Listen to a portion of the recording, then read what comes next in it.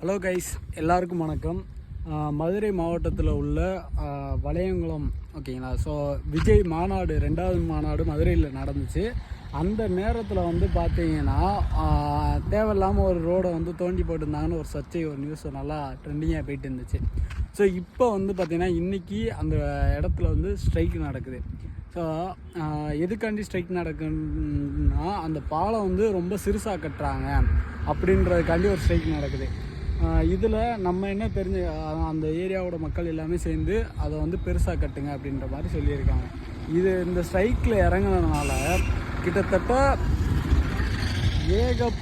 கிட்டத்தட்ட ஒரு 3-4 கிலோமீட்டருக்கு அந்த சைடு இந்த சைடும் பயங்கரமான டிராஃபிக் ஆகிடுச்சு. பயங்கரமான ஜாம். நிறைய பேர் வந்து ஸ்கூல் பிள்ளைங்க, காலேஜ் போகிறவங்க, அன்றாடு வேலைக்கு போகிறவங்க எல்லாரோட வேலையும் பாதிக்கப்படுது. பட் நான் வந்து அந்த ஸ்ட்ரைக்கு பற்றியும், ஏன்னா அந்த ஸ்ட்ரைக்கும் கண்டிப்பாக இவ்வளோ விஷயத்த வந்து பிரேக் பண்ணி பண்ணுறாங்கன்னா இதை வந்து நம்மளோட கவர்மெண்ட் வந்து கண்டிப்பாக பார்க்கணும். ஸோ இதை பற்றி எல்லாருமே பேசணும். பேசி இதை வந்து ஒரு சீக்கிரமாக ஒரு தீர்வு கொண்டு வாங்க. அப்போனா தான் சாயந்தரம் அங்கேருந்து இங்கிட்டு வந்துட்டேன். நைட்டு நான் அங்கேருந்து இங்கிட்டு நான் வீட்டை பக்கம் போக முடியும். கொஞ்சம் பார்த்து என்னன்னு முடிச்சு விடுங்க.